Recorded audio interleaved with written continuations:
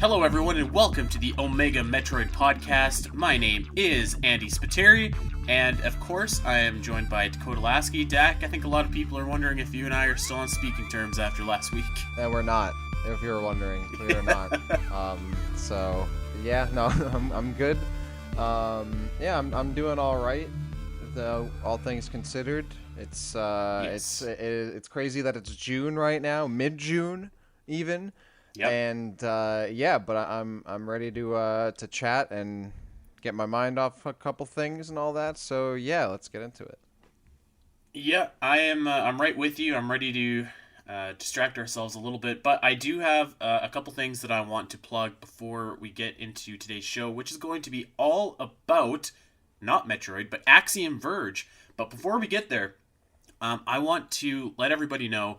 I think that most people listening to this know that I also serve as the editor-in-chief over at ZeldaDungeon.net. And, one of the things that we're doing to just help the Black Lives Matter cause is we are having a fundraiser live stream this Saturday, the 20th, at 8 p.m. Mountain Time, 9 p.m. Central Time. And we're going to be ranking all of the different Zelda games on like one of those, those tier things that you see all the Smash Bros. Characters in. We're going to be doing that. We're going to rank every single Zelda game ever. And there's going to be some Zelda games that are going to be hidden behind donation incentives. So for example, if you donate $20, we'll also rate like the Tingle games or the CDI games or whatever, something like that. So we wanted just to do our part and to use our platform to help out with the world right now. And, what better way than to do something where at least I know that I'm not an expert on everything going on in the world, but I am an expert on Zelda. So I can at least, hopefully use our platform to raise awareness and maybe raise a couple bucks too to help out some of our friends out on the streets. So that is going to be on the 20th. Of June, so this Saturday. So it's going to be a fun time where, all things considered, we're going to be raising awareness and probably talking a few issues here and there, but we're also going to be talking a lot of Legend of Zelda and having a fun time, maybe drinking a beer or two. So if you guys are free on that night, I encourage you to head on over to Zelda Dungeon's Twitch, stop by, come in and chat. We might even have one Dakota Lasky in that chat too, so we'll have to see. We're not confirmed on that yet. Yeah, well, I have no. These days, I really don't know what's going to happen any particular day, except every day is the same. But then sometimes, I'm like, I don't know. I don't have any plans for ever. In the future, my calendar is completely empty for the time being. But who knows if something will come up. But yeah, if I'm available, I'll definitely jump in. I'm no Zelda expert, but it's always fun to talk some games nonetheless. Well, so let me just pitch you this, Dak. I actually I put as an incentive, if we hit, so for every $10 donated, it unlocks like 3 new Zelda games. Mm-hmm. So if we get to, I want to say it's like $150 or something, that unlocks all the Zelda games. Right. If we get to that milestone, I'm just going to start ranking Metroid games, and then Metroid Prime games, and then like Donkey Kong games, and then I'm just going to go until people stop donating money. And I have some money to donate myself, so I'm just probably going to be on stream for a while just ranking stuff. So it's going to be a good time. Yeah, I mean, I'm not against making tier lists. Making a tier list is it's an American pastime. It's a Canadian pastime. It's a North American pastime. We all love doing it. Everyone loves making tier lists. So yeah, I'm about it. One last time. That is June 20th at 8 p.m. Mountain, 9 p.m. Central, and 10 p.m. Eastern. Before we get going into Axiom Verge, just on a little bit of a more video game centric note too, I wanted to give a shout out to our pals over at Mother Forever. That's a website about Earthbound and Mother. They put out this like incredible. They called it a Mother Direct, and it was like a Nintendo Direct style presentation where like they revealed some indie games, and they had like a lot of Earthbound news about like new fan translations and different projects, documentaries. They're launching their own podcast. I watched this thing. It's about an hour long, and it was like so professional and so well done. And I met the webmaster of the site, and he was a really cool dude. And I wanted to maybe steer anybody listening to this. I don't know if we have a whole lot of Earthbound fans listening to the Omega Metroid podcast, but if you are, man, you got to check this out. It's really, really cool. So just wanted to throw a little plug out there before we get this show rocking and rolling. But all that being said, now I am ready to launch into what we're here to talk about today. Of course, we don't always have the most the most abundant amount of Metroid news, unfortunately, and so for that matter, we don't always have the most abundant amount of Metroid games. So the Metroid community, I feel like, has really gravitated to a lot of these other Metroidvania style games, and this is going to be the first in kind of a reoccurring series of shows that we're going to do, similar to Mapping Metroid, where it's going to be called Inspired by Metroid. And we're going to be going over and talking about some different Metroidvania games that have obviously taken the Metroid series as their base inspiration and ran with it and kind of made it their own. And the first game up in the docket for Inspired by Metroid is one of my personal favorites, actually, and that is Axiom Verge. And Dak, I know that you just finished it. Was this your first time playing Axiom Verge? No, so when it first came out, I remember I played through like the first kind of portion of the game towards like the first couple bosses, and then I'm someone who just like will play a game, and then even if I like it, I might just end up playing multiplayer games, and like it ends up on like my on the back burner, in my library of games I gotta finish.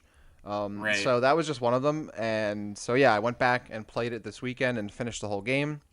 Tried to collect as much stuff as I could as well, and yeah, here I am having played the game. Yeah, so this is a very very like it wears its inspiration on its sleeve. Like this is very much a Super Metroid spiritual sequel. This is a really impressive game, I feel like, and this inspired by my Metroid series is going to kind of be like us encouraging people to check out these games, also and just explaining a little bit and just telling some stories or whatever that we have about the games. But I think the thing that always sticks out to me that is just like extremely impressive about Axiom Verge in particular is like this was developed by one guy. This was developed by a developer named Tom Happ, who is on Twitter at Axiom Verge, and was released in March 2015. So I actually found out that Tom Happ also worked on a Game Boy Advance project named Orn, which was, I guess, a small Metroid fan game back in the day. So kind of funny how that goes full circle. But um, Tom Happ, he developed this by himself. He created all the art, all the pixel work by himself. He created all the music by himself. And like relatively speaking, I researched and it said that he started this in March of 2010. 5 years doesn't seem like a long time to put out from the start of this game to the finish, like doing all that by yourself. So I've just always been like very very impressed that he was able to do all of this solo. Yeah, I mean, even like now, I didn't know that until I just looked at your notes before the show started. So I was like, wow, this is all done by one person. So any shortcomings that are in the game that I have are way like I have to consider that like they're way down now because I'm like, all right, like this was made Hmm. by one dude. Like I couldn't make this game in like 20 years. So Yeah. like this guy really pulled like for one person, and again, I don't know like the entire development of it at all, but for this to be pulled off in any amount of time by one person, uh, I think is really great. So yeah, that's awesome, especially as a side project too, because you're working like your full job or whatever it is, and you try to also put time and energy after doing all your normal daily stuff to put on, to try and work on a side project that ends up turning out to be, a really really damn good game. Yeah, hats off to this guy. He really put out in 5 years, which I think is more than not more, but like a good amount of time for a solid game. Good job to good. I don't know. I'm very impressed because like damn, for one person, like he really put a game that like stands up to the Yeah. games that it's inspired by. Yeah, and actually you kind of nailed it on the head. Like this definitely isn't a perfect game. There's some areas in here where it's just like, but I'm kind of the same way. I'm very forgiving because I had knew that it was developed by one guy before I started to play it. So when I was playing it, I was very forgiving of a lot of the different I like mean, I knew it was flaws like an or indie game, so I knew it wasn't like being developed by like a big team or anything. I assumed it was like a team of like three or four, maybe five people, but I mean, one person doing all aspects of it because the game excels in many different departments. So like being able to yes. pull off the gameplay, the music, the the tone, and really the whole package as one person, being able to do all those different things that really do or really need to be addressed by different like skill sets as a developer. Again, very impressive.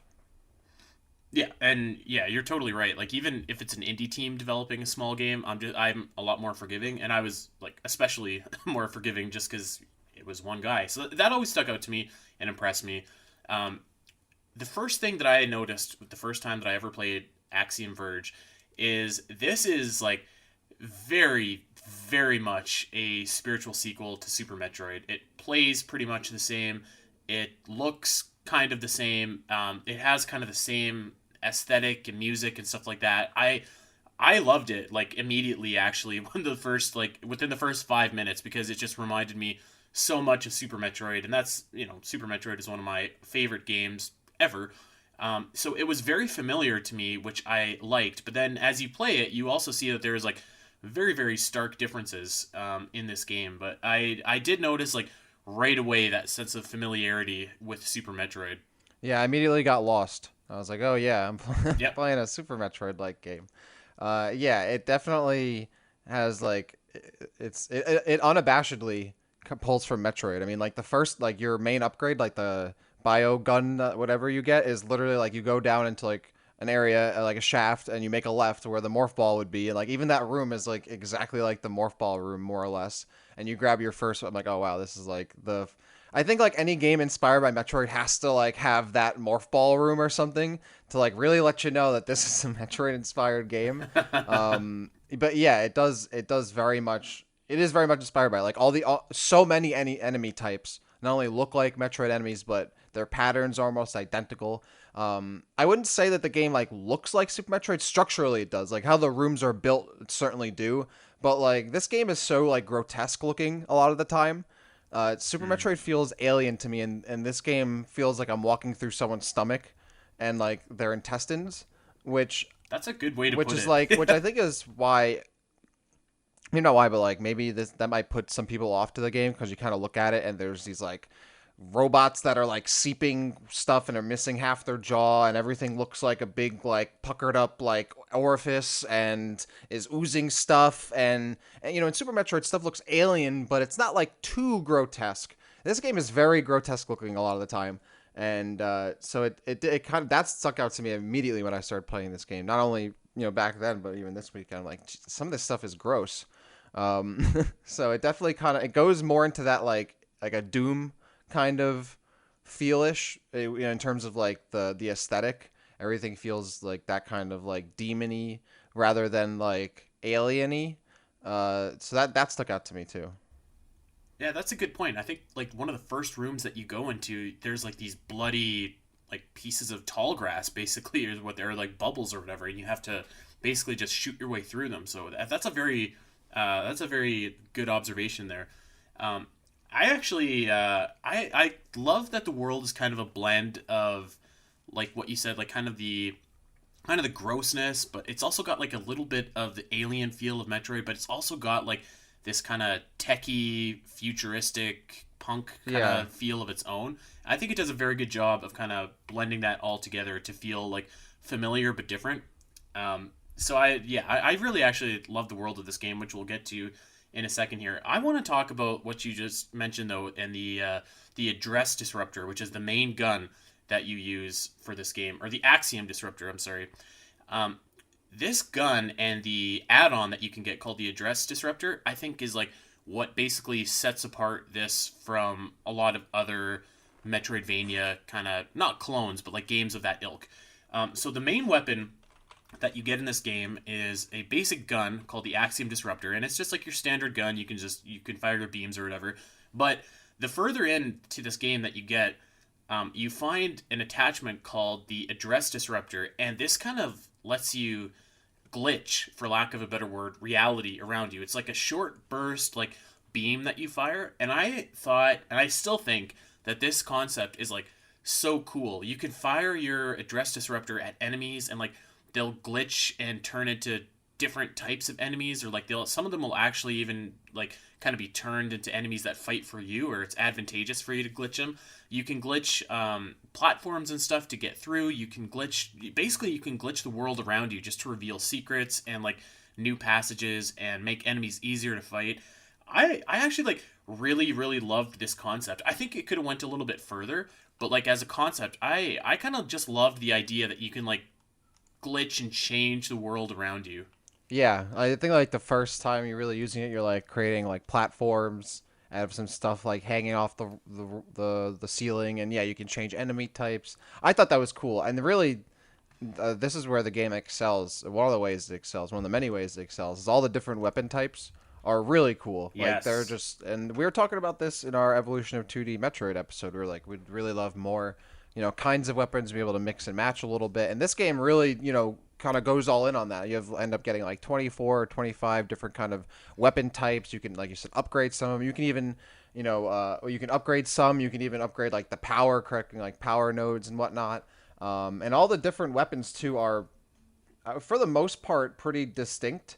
I will say towards the end of the game, you start picking up some weapons that feel very redundant, and because of how many weapons are in the game, you end up, not using some because you might forget about them, or there's like a wheel of 20 weapons, Yeah. and you end up not using some. I think if the like some of them are a bit redundant, but at the same time, some of the ideas behind the weapons and how they're executed is really cool, and I love that about this game. They immediately start giving you some cool weapons, like the multi disruptor is cool, like it's a little like a spread right there. The Kilver, I think, like an electric burst. You have the laser, the ion beam.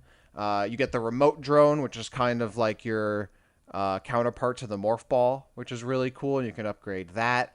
There are so many different weapons in this game. Like the Varange, which like shoots these crazy like firework looking things.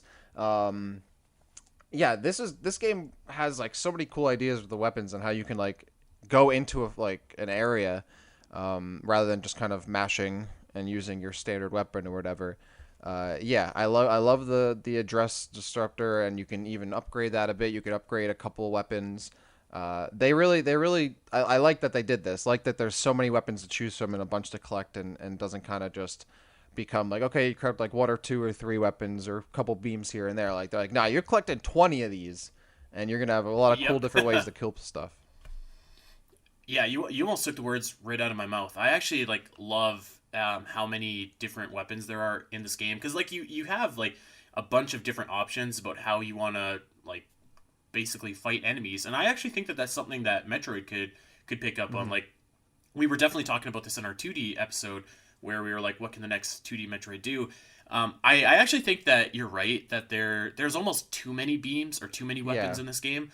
I think that maybe if they could have stacked on top of each other or you could combine them, that might have been a little bit better. So if you get your Kilver, which is kind of, basically that works like a shotgun. It's like a very close range.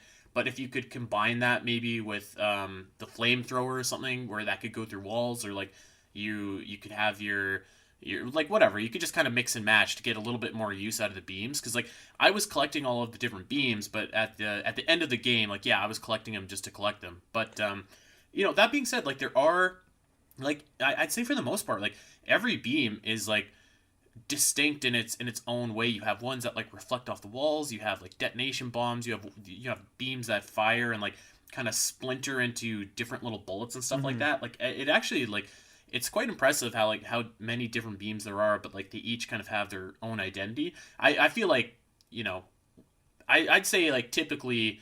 In each of my playthroughs of this game, I get to about the halfway point, and I kind of have my one or two beams, and I'm just kind of like I just stick with those. So it would have been cool if you could maybe augment the beams by mixing and matching them, but it's just like it's really great to have so many different weapon types, and like it just really adds to all the stuff that you can find in the world as well. yeah, I will say that it might have been. It definitely might have been too much, especially when you open the wheel because there's like so many yeah, beams exactly. that you have, or like if they had like a favorites section or something for beams, I don't know, No, but I agree. I'd Yeah, I'd rather have too many than not enough. yeah, no, for sure. I'd rather have a few that I'm not using at all. But Yeah, at other times, it was annoying. Where like I think the one that stuck out to me was like the lightning gun. You get that towards the end of the game, and at that point, I was like, do I even need this? Like, I have other weapons that are way stronger. I can dash now, like, and this gun is like a weak like Overwatch Winston electric like gun. Like it's I was like, why is this even in the game? Or like the data bomb, which was like it. That's like the blue one that just kind of like shoots a straight bomb that explodes in impact, which is cool. But like, you can get the same stuff done with like 10 other weapons you already have. So yeah, I would have Mm-hmm. liked it if you could have had like a little bit more organization or combining some or just trimming it a little bit and doing that. But at the same time, I liked how you could upgrade some of the weapons specifically. You know, you get your drone, you get bombs, you get some other, you get the coats are cool. So it's not just beams as well. So it doesn't feel like okay, like I'm picking up some like meaningless collection like meaningless items for my collection essentially. Mm-hmm. But yeah, I do love that they went like, all right, we'll have a lot of beams rather than too little. That's fine if there are a couple that are redundant. Maybe it changes your game, your play style a little bit. Yeah, this is definitely one of the strong points of the game for me. And yeah, and let's talk about those power ups really quick too, because there is a lot of like unique power ups in this game. Hmm. The you mentioned dashing, so what you can get is a different lab coat for your main character, Hmm. and it kind of works almost like getting different suits do in Super Metroid, where like you can then dash right next to something. You can like physically like kind of ghost like transition through a wall, and that's kind of cool. It's like you're glitching reality there, but then you get your upgraded lab coat, and you could dash in the air, and it really changes the way that you play the game. You can really move around, and it feels like the game at that point is moving like really fast. That one stuck out to me. Yeah. One of the things that I actually really liked, and it's not even very useful, I just think that it looks like super cool, is you can go in the world and you find these like injections, and you end up developing like a scorpion tail and these little like scorpion hooks that come out of your back, and Yeah. when your health is at maximum, it fires like these auxiliary little bullets.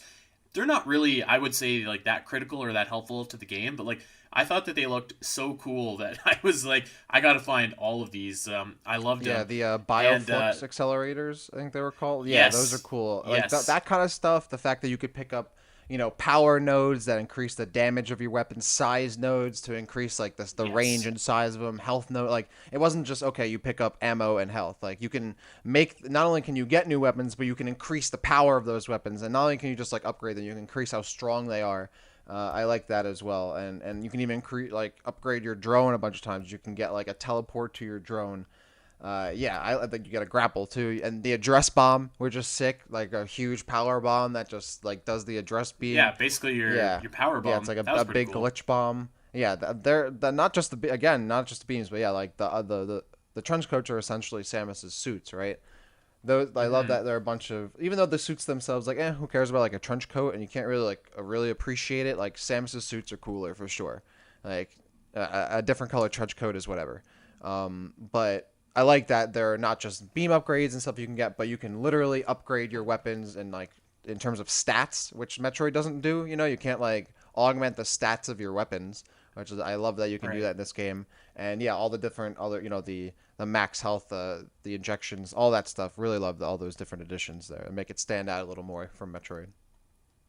And it's pretty cool too how like you kind of mentioned like you can almost look at each power up and like it's kind of the Metroid equivalent. You know what I mean? Like you have your drone, which is like your morph ball Hmm. equivalent that you can send into tight spaces, and he can. Your drone's actually pretty handy. Like there was lots of times where I would send my drone into like a really tough room, and just to see if when I was almost dead, just to see if he could take out any enemies beforehand. Yeah. Rest in peace to that little guy. But I love that that's kind of the equivalent of the morph ball. There's like the grappling hook, like you said. If you turn on cheats, there's kind of a an equivalent to the power up in Castlevania where you could just like jump sky high, which is kind of cool too. So like there's lots of like really smart power ups. And actually, one thing that we haven't talked about that I think is basically unique to this game, you get the little screw attack. Ironically, it's like a big screw, and you basically just point it whichever direction, and it can kind of chop through blocks in the ground and stuff like that. So that one was kind of cool too. It almost works Oh, what similarly, the actually. laser drill? Yeah, like it almost works to basically how like a morph ball bomb would, because it takes out the same caliber of stone, I think. Yeah, it seemed like it was like a missile equivalent to me, kind of, where like, okay, I have to destroy stuff that like my beams won't, so I Okay, yeah, I just can use see that. missiles. I like the laser. At first, I was kind of like hesitant on the laser drill because I was like, oh, this thing is gonna make me drill through rock the whole game. But then it doesn't really become more about that, and I like sections where you can run and shoot diagonally and just destroy a bunch of stuff on the ceiling with the laser drill, and how you can use it as like this short, like close quarters combat Like a weapon. sword almost. Yeah, Yeah. so yeah, I like the laser drill. I have like a problem where I start like breaking bricks with the laser drill, and then I have to break every single brick Yeah. in that like particular Yep. hallway Yep. or something like that. So yeah, a lot of really cool power ups, and actually, one thing that I like in this game as well is, in addition to there, I mean, there is a ton of power ups for you to collect. There's all of these different augmentations. There's all these different beams. Hmm. There's all these different items. But like one thing that I actually really like that this game lets you do too is it lets you collect like basically little bits of lore, like little sheets that kind of fill you in on the Yeah, the story. journal entries. Yeah, like journal entries, stuff like that. It actually kind of it almost reminded me of Metroid Prime in a weird way, where like you have to scan little different parts of the world. Like it's not exactly the same thing, but I like that you could find little bits of the story if you went out and looked for them. This is actually one of my critiques, and we'll get to this in a little bit. Like I think that the story is a little bit of like a mess, but I do appreciate that you can find the broader picture in these little journal entries and stuff like that hidden in the world. I think that it kind of it's refreshing to find something that's not just like a standard power up. Yeah. These were hit or miss for me. I think the reason why they work in Metroid Prime is, number one, you also have imagery, right? So like you get to see like what the like it feels a little like scientific. You get like a cool image of what you're looking at. And it's like it's not like straight up exposition. Like it's like a scan where it gives you like biological information or something like that. Or like in Metroid Prime, you have Chozo lore, which is like a lot of religious talk or like them writing down their own stuff. But in this game, a lot of the time, though some journals, I think like one journal has like a conversation, but like a lot of the time I feel like, all right, this is the game's opportunity to explain something to me because it hasn't, Yeah. whereas the Metroid Prime scans and lore feel supplementary. Like I don't need that stuff, but it helps me. Like I understand what's happening already, but this gives me better understanding. Whereas in Axiom Verge, I'm like, I don't know what's happening. And oh, look, there's a journal page in the ground. I wonder if I'm going to get some exposition and get a little help here. And even then, sometimes I like read it. I'm like, okay, that didn't really like. Okay, I guess this is important in some context to what's happening, but I still kind of feel lost, and I feel that way a lot about the story. We can go into that, Yep. but yeah, that the journal entries. I think it was cool. I like that they added that. But I think the implementation just works better for Metroid Prime. In Metroid Prime, obviously it's different because it's a different way of playing the game, but it feels like more baked into the world. It's like it feels like it's part of the world around it. Whereas the journal entries, I don't personally like that they feel like an item. They feel like any other item. See, I don't mind that they feel like an item, but I definitely agree with you where it's just like what did this even say? Like what does Yeah, this mean? exactly. And a lot of them like are literally in another language, Yeah, which we'll touch on in you're a like little bit okay. here. But I really liked the concept. Execution, I was just like, yeah, whatever. Like maybe it could have been a little bit better, but the concept of finding like the little tidbits of Hmm. lore, I really liked. It did remind me kind of like of finding Chozo lore or pirate data or something like that. So I hope that returns, but maybe a little bit more straightforward, like you said, because there are lots of times where I'm with you. I was just like, what's happening? That's Like like a I lot of wish the I had game is something. like what is happening, Yeah, which I guess is the yeah. point. Like you're trying to uncover what's happening, but even when stuff is explained to you, you're like, okay, like what do these words mean, and who is this, and like so much stuff. If we're gonna formally go into the story now, I feel like I'll let you just You kick know it what? off. Let's just go into the Yeah. story. All right. Let's just go into the story right now. Um, so the story is, there's a very simple baseline story, which actually I think is pretty cool. Where like you are Trace, and you're in this alien world, and you don't know what's going on, and you learn that you have to fight this guy named Athetos. Oh, And spoilers. Yeah. spoilers, spoilers. If Spoilers, you don't want to young. hear about the story, Yeah. fast forward 3 minutes. Or But as longer. you play, you discover that you are Athetos, Kind or of. he is you in the future, and you are basically a clone. And this game takes place like hundreds of years in the future, maybe even thousands of years in the future, Wait, and you're does in it? another world called yeah. I think so. Yeah. I understand that it takes place in another alien world, like, but I didn't think that it took place in a different time. I thought it was, like I didn't. Okay, keep going. I'm pretty sure. I must have missed that part. I under because I won't hang my hat on that. I'll tell you no, that. all right, yeah, I think, yeah, keep going. See, I'm already Um, like, I just played this game. I'm like, yeah. wait, is that how it happened? All right, but yeah, keep going. Well, to your point, like I had to go and look up on like the Axiom Verge wiki after just to kind of refine what I was about to say. So like I think it takes place in the future, but I'm not ready to say definitively that that is the case. But anyway, so you play as Trace, and there's an alien race known as the Rizalki, and the Rizalki are guarders of or the guards of this world called Sudra, which is like the world that's in between our world, reality, and a world called the Breach. And this world in Sudra is like the gate between there, and this Athetos guy has basically tried to eliminate that gate so that the real world and the Breach can collide. And you end up meeting a Rizalki called Else Nova, and she's kind of directing you to kill Athetos, and you find out that you are Athetos, and Trace is a clone of Athetos, and yeah, there's a lot going on. And eventually, at the end of the game, you do defeat Athetos, but you go and they transport you back to the real world. But then at the end of the game, Athetos is in the real. It's very So confusing. And from my understanding is that like, okay, the lab explosion happens, right? He's in this world, yes, but then like in the midway of the story, they reveal that the explosion, it wasn't just the explosion. The explosion happened, he recovered, and then he created this, I don't know, dimension or access to this dimension somehow that resulted in him ending up in Sundra, and that was like a year of his life that he just had amnesia for, which was confusing because I was like, oh, okay, so I guess like, all right, amnesia is just going to explain why we didn't know this information. And I thought he was dreaming at first, but he's not. And then we learn more about the Russians or Rusalskis, whatever they are, the robots, and they have these big bodies that they can't use anymore for some reason.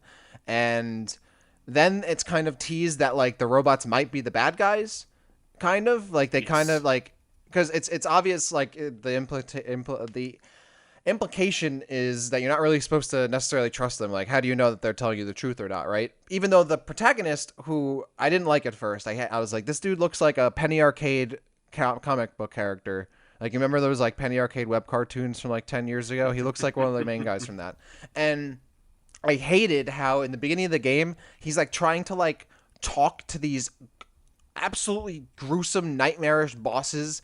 I'm like, dude, you should be like crapping your pants right now. And he's like, oh, like, hello, like, don't hurt me, bro. Like, I'm just a regular guy. Eventually, later in the story, he kind of sacks up and becomes a little badass. Like, that's okay, cool. But I didn't really like the main character. The setup is okay. And it is, and then, yeah, eventually you find out that, like, you're the clone of the guy. And there's this yes, situation of, like, oh, which side are you on? Do you, the guy tries to convince you that, and this is like right at the end, like the boss battle. So like, oh, I'm actually not a bad guy, but then nope, he is, and you kill him. I think that was my biggest issue with the story is that it teases this potential like, oh, maybe the robots are not good. Maybe you're gonna end up having to fight against Else Nova, but then like the robot shows up. Oh, hey, sorry for attacking you. Okay, go fight him, and then you go and fight him, and everything that as you would expect happens kind of happens. Like you do end up fighting the boss, he gets killed, and then things like kind of get reset. My biggest issue with the story is that it feels like it ended halfway through. Like I felt like a lot more stuff was gonna happen. Like when he's like, okay, I'm not gonna kill this guy, I'm gonna go find him, and then like no plot happens at all for like the remainder of the game until you get to the end where you're like, okay, I'm there, and the robots is like, okay, I'm sorry for hurting you. And the robot sister is like, yeah, she really hates this guy, like hates him so much. That's why she attacked you. And you're like, oh, okay, like you're gonna meet this guy and you're gonna learn what's really happening, and then you're gonna fight these robots and you're gonna see like the truth and all that. But no, the game just like ends. Like, nope, actually the bad guy was the bad guy, the good guys were the good guys, and oh, look at that, you get sent to the present time as if nothing had happened and it's over. Um, yeah, the pacing of the story is weird. It's like you'll go through the game for like 20 minutes or so and like nothing is happening, or even longer. Like you have no idea what's happening. Maybe you'll have a conversation with Elsinova, and then you get to an area and just big exposition dump, huge out of nowhere, and it's all words I don't understand, and connections to things that are not real life things, so I can't understand the logic of what's happening. At least in Metroid, like when there's a mystery, it's still going by logical and like real world stuff, right? Right? Like, okay, there's a mystery with this lab. Okay, there's experimentation happening. I can understand a big monster happening because there's a big experiment with these Metroids and SAX and the experiment sites and all that. But in this game, there's really no explanation for anything, so I don't understand why there are these big fleshy monsters attacking me, or who's who, or what's what, or I didn't even know what the name of the planet was the whole time, or what the areas were. And yeah, it works. The mystery stuff doesn't work as well when the elements of the mystery are also confusing and then not in the real world or in any kind of logical order. Um, but and I feel like I'm rambling. Yeah, No, the you're story good. is a bit weird. It is weird. It's hard to make sense. Like I felt like I was rambling when I was trying to explain it. Um, I feel like this is where the little bits of lore that you find really, like, you kind of notice that they fail, because I think that they could have augmented and made it make a lot more sense if they were a little bit more straightforward. And like I don't need to have like a dumbed down story to enjoy it, but like this, there's just a little bit too much going on here. I think if you focused on Trace is in this alien world, there's been an explosion. He goes in and he knows he has to kill Athetos. He finds out that he is Athetos, and now it's like, do I trust Elsnova or do I trust Athetos? And like that's kind of the core of the game. Then it would have been a lot better. And I mean, like, that is kind of the core of the story, but it's just like there's a lot of other stuff that's spinning around it as well, and it's hard to keep track. It kind of like teases you with it because it never goes like it gives you that suspicion of like, oh, who's really on the right side of things, but it never explores it. That's why I felt like the game ended, like the boss battle at the end of the game feels like the halfway point of the story to me. Like that's when I thought I was gonna meet this guy, and I'm like, wow, this guy is actually the good guy. Like that guy's actually the good guy, right? And then like the rest of the game should be me thinking that this guy, even if he ends up being the bad guy in the end, I shouldn't learn that 2 seconds after being brought into contention of whether or not he's good. Like the answer shouldn't come 2 seconds later. It should come much longer after. Like maybe I'm like the character, because I'm a clone of him. I start like agreeing and like working with him a little bit, and the robots, the Elsinova robot becomes more corrupt and like really obsessed with killing this guy, and even separate. Like I was And she expecting is really obsessed with killing him for sure. Yeah. Yeah, but she just like says that. Yeah. Like it's like, okay, you get the idea because she like, I don't know, like kills him and then like resets his body or whatever, and he's like, wow, that was really painful, blah blah. And Ophelia's like, yeah, she really hates him. But like other than that, like it's really just, I really hate him, and it's all exposition. I was really hoping. I feel like there's a lot of balls in the air, but like some of the balls don't need to be there. You know what I mean?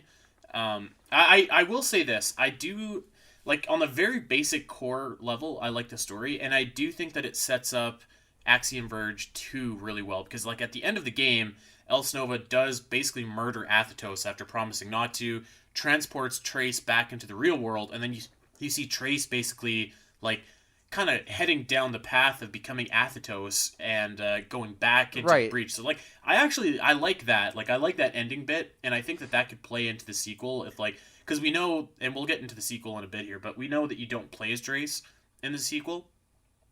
So maybe you're fighting against him. Oh, do we? Yeah.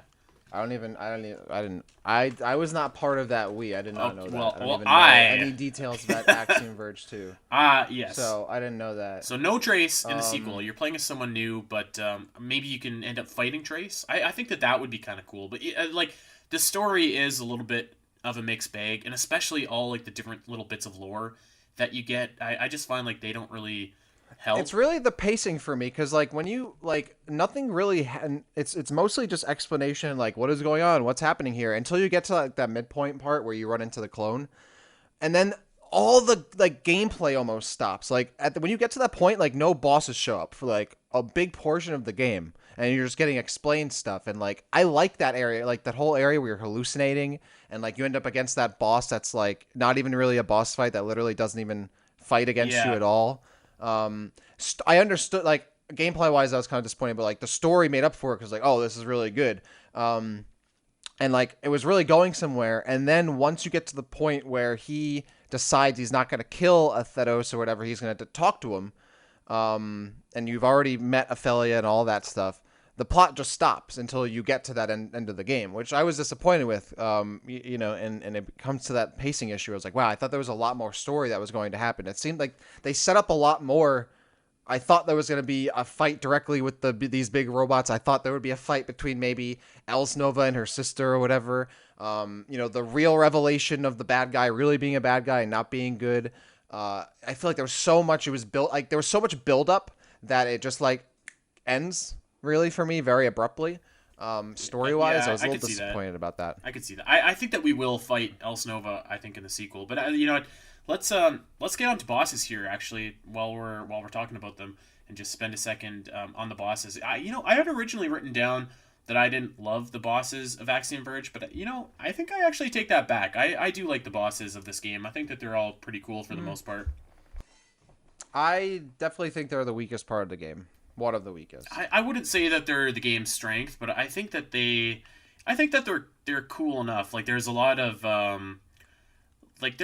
decent boss fights. Like I want to say it's the aborted clone. I want to say he's basically like your Kraid stand-in. He has like he's on one side of Which the one's screen. that? He's shooting lasers at you, and he's What the huge dune worm looking one? yeah. Maybe that's not aborted clone. Maybe that's someone else. Or see, I don't even remember the names of the bosses. I'm trying to remember. The bosses I remember are the first one I went up against was the butthole looking one that like flies around with like a bee stinger.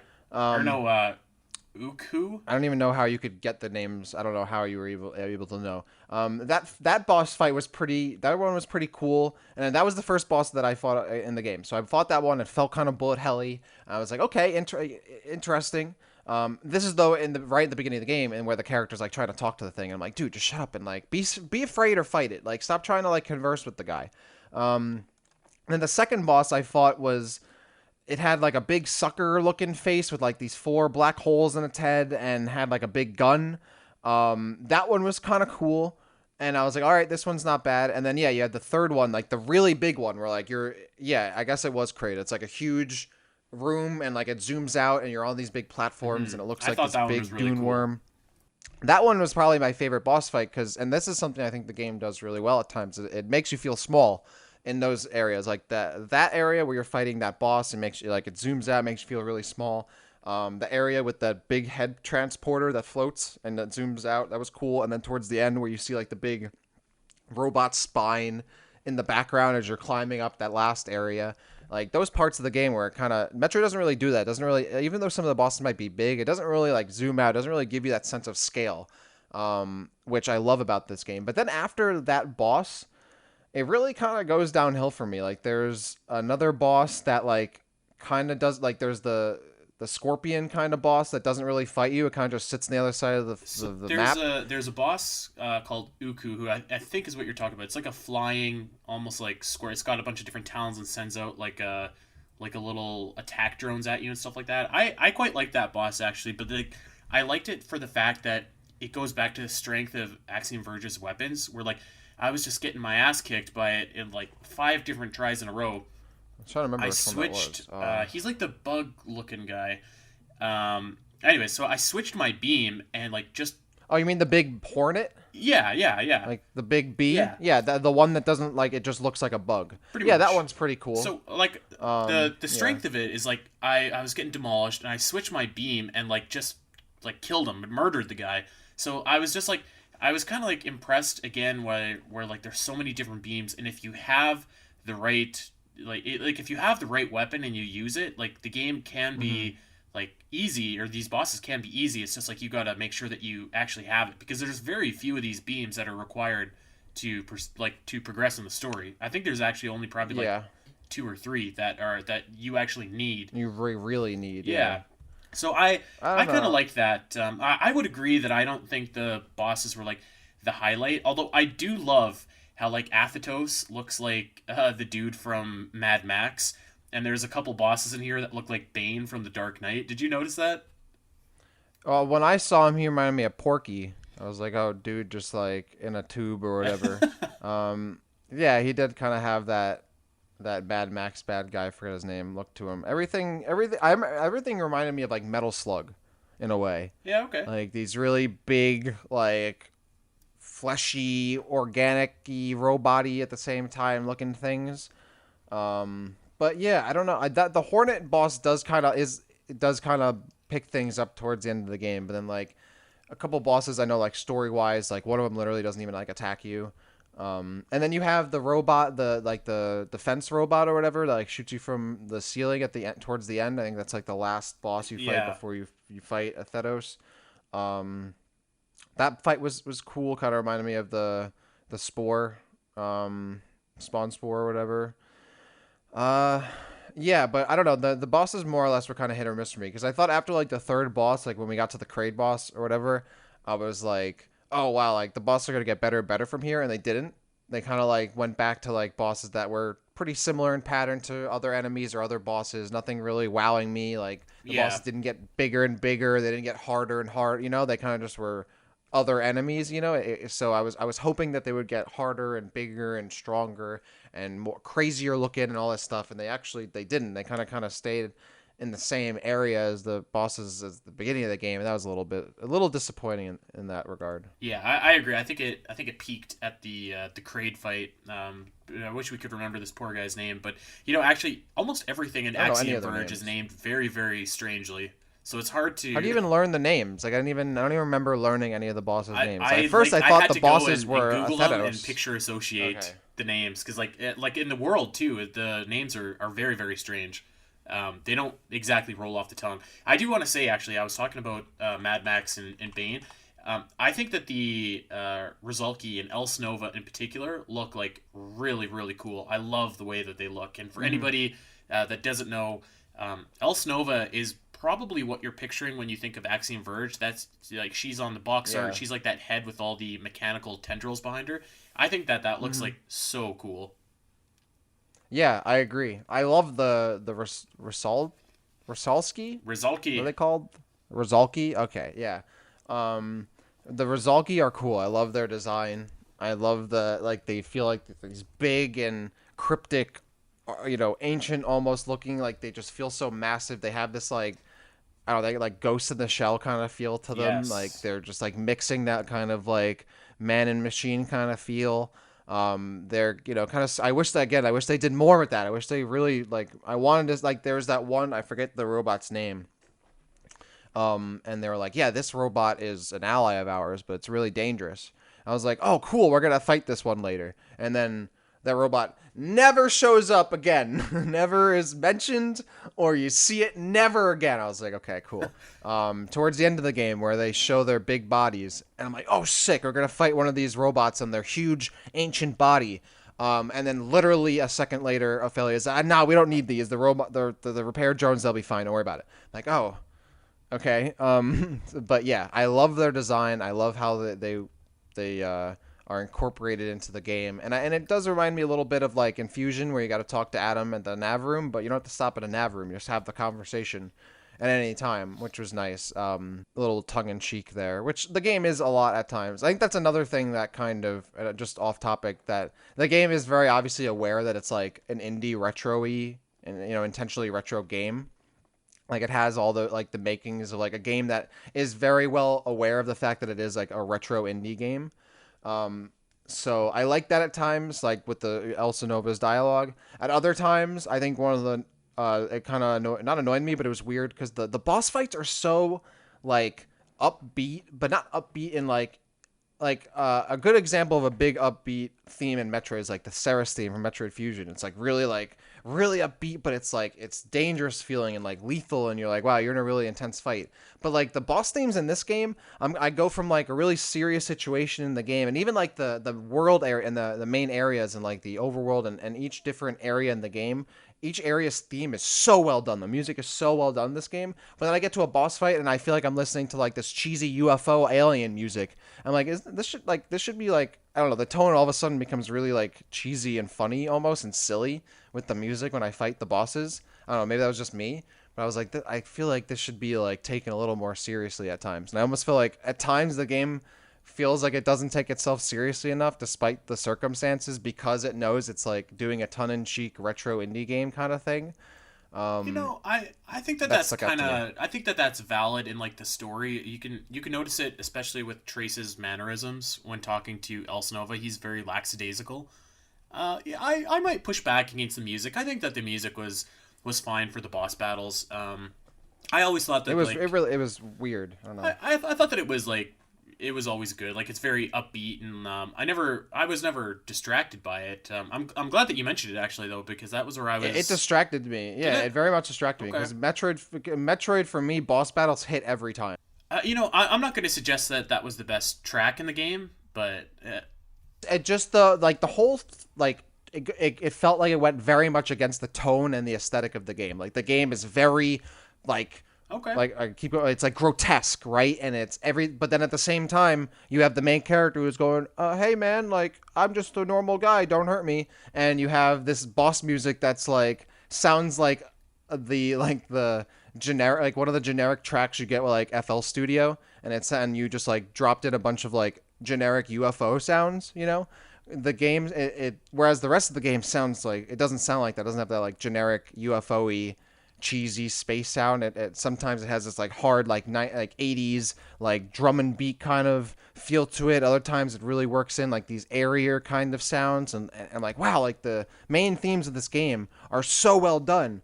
Why is the boss theme not I'm fit gonna with I'm it gonna at stick all? up for our boy Trace here and just say that if you were in an alien world and like they really try and build up the sense of like not innocence, but like he doesn't want to hurt anyone, he doesn't want to kill anything, and I think that's why he's talking to the boss, and I think that that's supposed to play off when he gets to Athos and like has the showdown with him, like he doesn't want to kill him, and But I like, think that that why? plays Like, I off. don't know. Like, but like it's doing it for the tongue-in-cheek I'm a retro indie game's sake, not because it makes sense. Like the guy's a scientist and like working in some weird lab. Like, why would I assume this guy is some meek like, oh, I could never hurt a fly guy? And I even mean that's if just his that is the character. case, that That's his character. I respect what you're saying, and I actually don't. I don't even disagree with you necessarily, but I kind of see what they were doing with Trace here, and I don't mind the music in the boss battles. Let us know if this also like if you notice this as and his well. name is Trace. Like, You know what? not a I good think name. that when I was playing this, I was like, man, Trace would be so good in Smash. I'm just saying, he No, oh would be my so God, good. Okay, let's stop, move on. Let's move on. stop. We talked about boss music. Let's talk about just music in general because I think that like the music in this game is outstanding. Like Oh, you're not a absolutely. fan of the boss music, and that's fine. It's not. Just that one Yeah, theme. it's not one of the That's better it. tracks That's in the like the game. one. It's just the one that everything else. I will say I'm not a huge fan of the sound effects because again, if we're talking about audio in general, I think the soundtrack aside from that theme is very good. Like it has that like It's very 80s 90s alien, but like like 16 bitty, but yeah, it's yeah, but it also like brings in elements of like newer, more contemporary music. Like the bass hits are a lot like deeper. You get a little more experimental towards like the grassy area and the snow area where it's not just like that same kind of beating, electronic-y theme. It has I a think little the area base. standout I for love it. me is in the area of Kerr, which is the vertical area with all the laser monsters or whatever, and you hear kind of a voice, and it almost sounds like almost Middle Easterny, and it sounds so good. Yeah, no, I exactly know what you're talking about. At first, I was like, wait, is that like? I definitely stopped because I was like, wait, is that like an enemy or Yeah, like something I that's I about to think that that's happen? actually probably the best theme in the game. I'm gonna play that at the end of this episode, actually on our outro.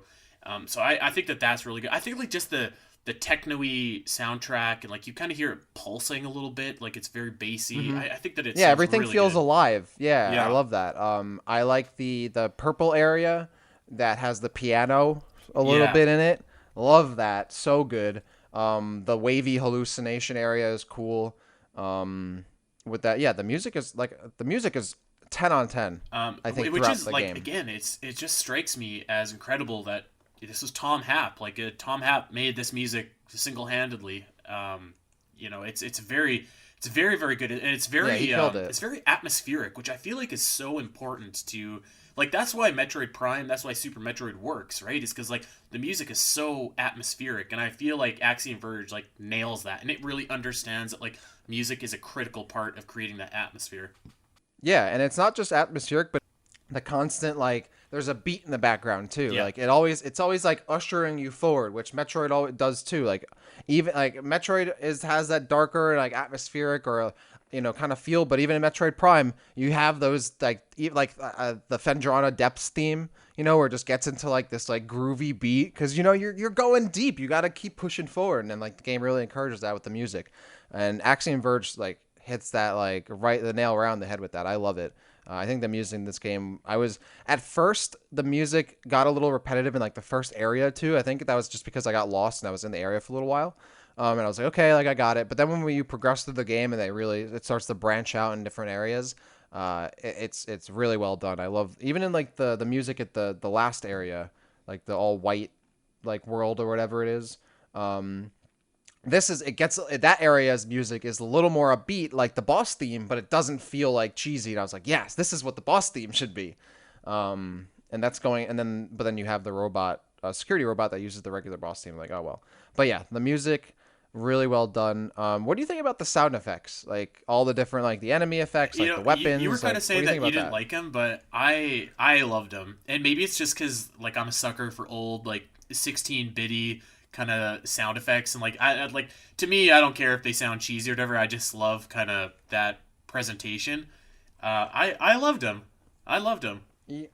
I will say that again, it's one of the things about the game where it's like it knows it's a retro indie game. So like all the sound effects like have that like it sounds like someone's blasting it through a Game Boy speaker, It's which just like this charming got like when you fire your gun, it's like you're literally it's 1992. You got your Super Nintendo in front of you, and it's like poo poo. Like see I love it. I feel that. See, I feel that at the same time I wasn't alive in 1992. So it doesn't hit the same way for me. Um yes, I do. It has character, it has charm to it, but at the same time, there are some effects that are grating on the ear, like just the quality and the shrillness. Like in particular, if you remember, like the scrawny white dudes that jump at you, that enemy. I don't know what Yeah, those are the called, but mutated lab monsters or whatever. yeah, whatever the scrawny white dudes like screeching at you and jumping. Like I ran out of every room they're in because I just couldn't handle it. It's like I love the Ridley X screech, and they also use it for Zero Mission though. I love that sound effect because it's hilariously bad and it's really loud, but it's only for that fight.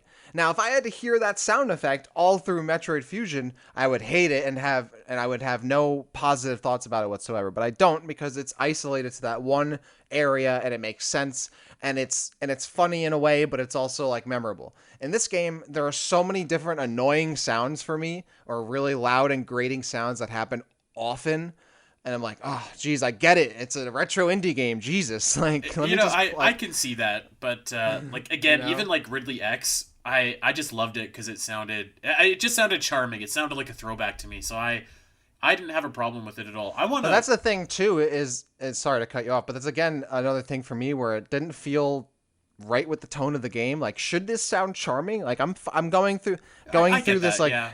like crazy awful place. Like, should I hear this like chirpy little cool like sprightly pixely sound when I shoot this weapon? Like, I don't know. I didn't. It sometimes it definitely again clashed with what has been set up in terms of the aesthetic and tone of the game. Yeah, I definitely get that, and I can appreciate that. I But I see what you're I saying. don't know. Yeah, it's just like it kind of made me smile when like it wears its inspiration on its sleeve like that. So Some effects are sick though. yeah, I'll give it some of that. them are Again, great. some of them are awesome. Yeah, like the I think it's like either the electric gun or the Clive or whatever it is, which is like like a spasm of like electric burst. I'm like, oh, that sounds awesome. Yeah, Or like when the I'm thinking of the effects, yeah. I'm mostly remembering like the guns and stuff like that, and just like the effects and stuff that they make. They always were like quite charming to me. So we're running a little bit long here, so I want to talk about a couple more things before we get out of here. Did you ever use the Mhm. password system? I did a couple times, and then I didn't. I don't even remember what you really used. I think you used it to. This is I very don't remember what you used it for it's very actually. unique. And I still don't know if I like it or not. I think I like the idea of it, but it's just like it's far out there. So there's a password system in Axiom Verge that you can use, and it lets you implement these like really strange passwords that do different things. So like for example, if you want to get the flamethrower, which is perhaps the best weapon in the game, you have to find a password and enter the password in the room the flamethrower is in, and then it will glitch out the wall, allowing you to get the flamethrower.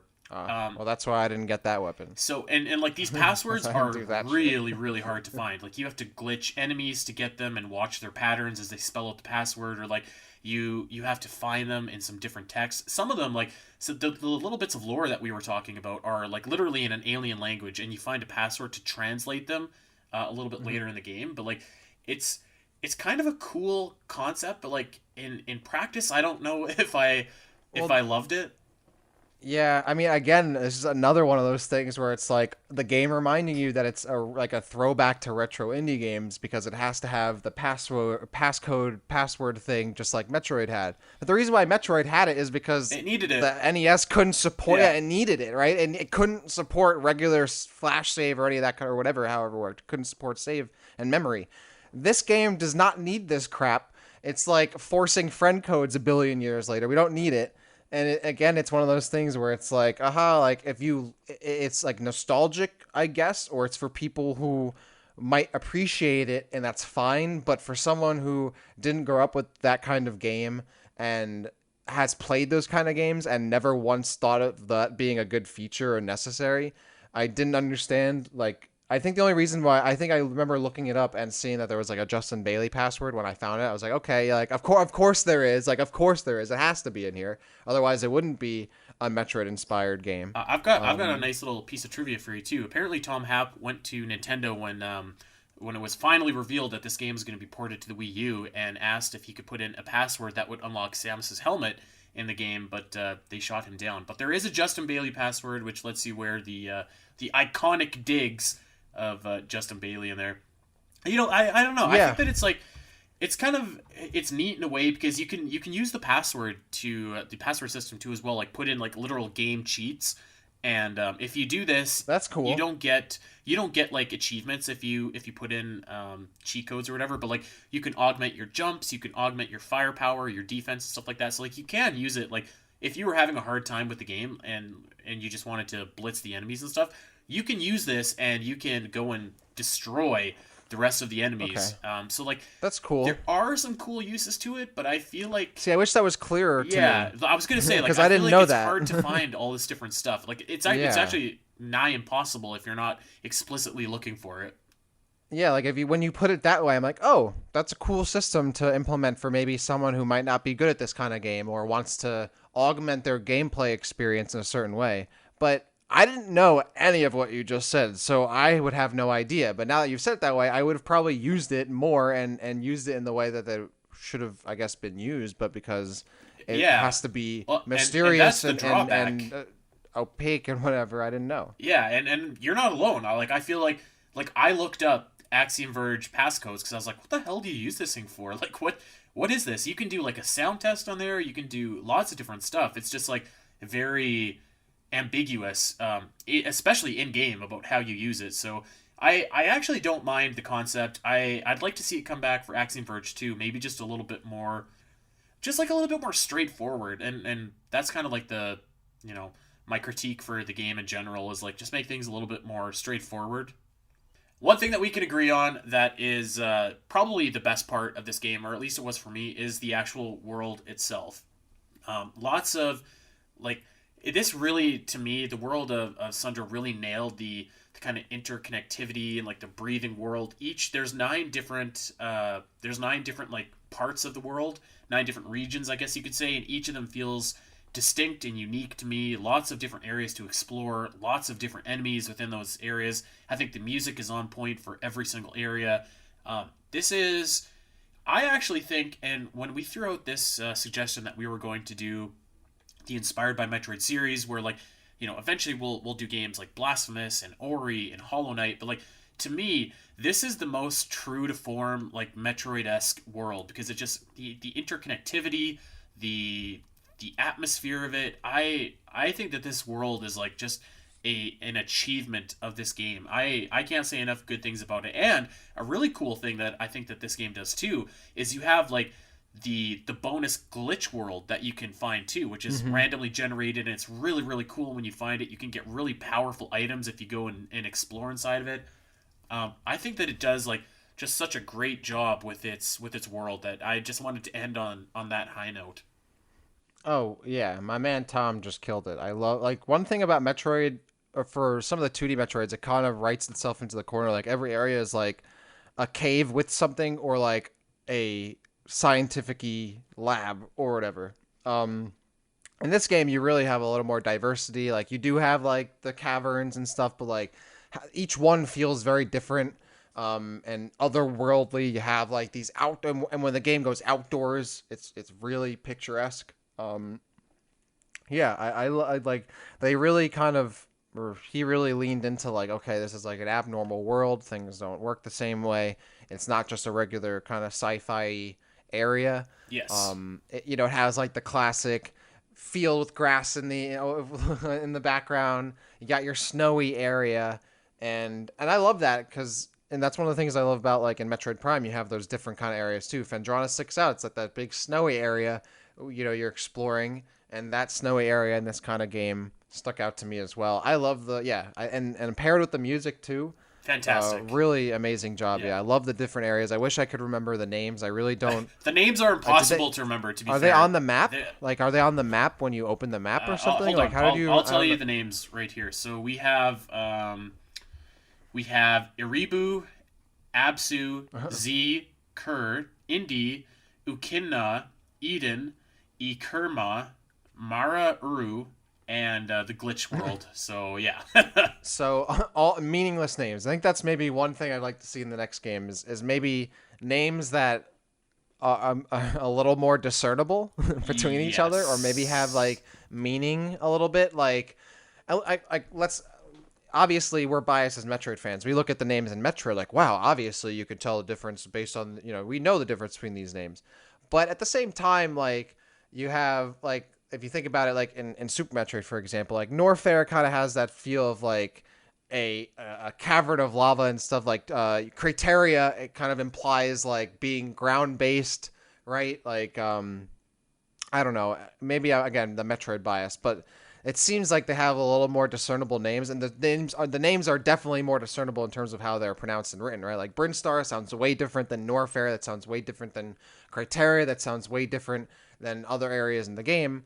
Um, but then in this game, you just listed off 10. I don't even remember any of them. Like, like they all sounded the same, and were very and are almost indistinguishable. So I kind of, and that's another thing about this game is there's so many different names and words and stuff that are just like randomly generated almost. That don't seem to have any kind of like it's hard to tell a difference between them.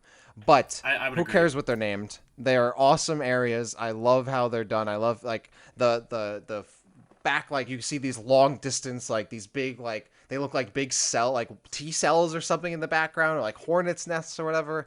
Like some areas, like you see like things pulsating in the background and things moving, which remind me of like Samus Returns. Like that did that pretty well.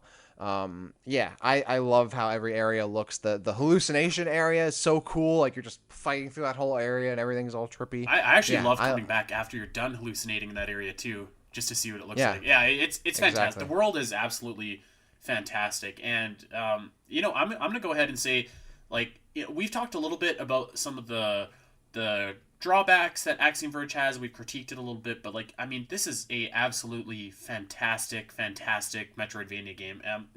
Oh yeah. Maybe like the truest to form spiritual sequel that Super Metroid has ever had. So I can't recommend this game enough. It's on every platform basically ever. So if you have any kind of video game console, you can probably find Axiom Verge. I even think it's on sale right now in the eShop. I can't recommend it enough. Yeah, I think every critique I have of this game is nitpicky for the most part. Hmm. So if you're listening, dude, like I love your game, bro. Like like anything that I think negative of this game, like would maybe take like a half a point or maybe a full point off this game. This game is very good. It is one of the best Metroid games I've played for sure. Like okay, yeah, it's a Metroidvania game, but like this is a Metroid game Yeah. for sure. And I think in many ways it does Metroid better than Metroid does. So I'm very excited for Axiom Verge 2. Yes. This game is one of my favorite. I'm actually really glad that we did this episode because it's a shame that I didn't play it all the way through the first time. This is honestly a really, really solid game. I'm going to go back and play it again probably and try to 100% it or something. Now you're like, oh, there's a flamethrower. I'm like, oh, I didn't know that. Oh, yeah. Yeah, really, really good game. I can't recommend it enough. If you like Metroid games, you will like this game because it is Metroid, very much so. And the things that we critiqued it on for sure, I don't think really they're not take deal away from the game. breakers. Yeah, No, the they're not at story. all. Could it be 100% not. streamlined? Absolutely. But like, do you play Metroid games for the story a lot of times? Not really. Yeah, this is a Metroid game, and it stands up there with like, I think that this is probably as good as like a Samus Returns or a Metroid Fusion or anything like that. So I would say this is like better than Samus Returns. Could be better than Zero Mission. that's high It's up praise. there. Yeah. Honestly, it's honestly up for me. It's honestly up there with my favorite Metroid game is Fusion, and then Super Metroid. This game is like literally right there under Fusion, right next to Super Metroid for me. Like it is very very good. It's very close to. It's very comparable to Super Metroid, man. Like I It think, is. Yeah. and Super Metroid's your favorite Metroid game, so like I don't. I might be blasphemous to say like it's as good as that. Well, I think really love I think in a Metroid lot of Fusion. ways, it takes what made Super Metroid great and like expands on Does that. it better. Yeah. Yeah. No, I agree. Like this game is honestly, it's like it could be like the best 2D Metroid, or one of the best. I really think it is better than some of the 2D Metroids outright for sure. Though in the case of like Other M, that's not saying anything. That game sucks.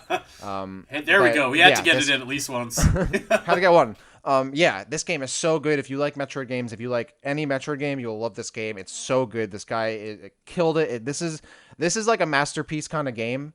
And I'm really excited to see how Axiom Verge goes. Axiom Verge 2 goes. Absolutely. Axiom Verge 2 is slated to actually come out this fall, so when we have some news about that, we'll cover it here on the show. Axiom Verge is available on every console, basically ever, so if you are in need of a Metroid game to play in these dry times, go and pick up Axiom Verge. If you haven't played it already, what are you doing? This has been our first episode of Inspired by Metroid. We're gonna do these kind of semi-regularly, almost like we're doing Mapping Metroid, so you can look forward to more games like this coming in the future. If you have any that you want us to cover, let us know.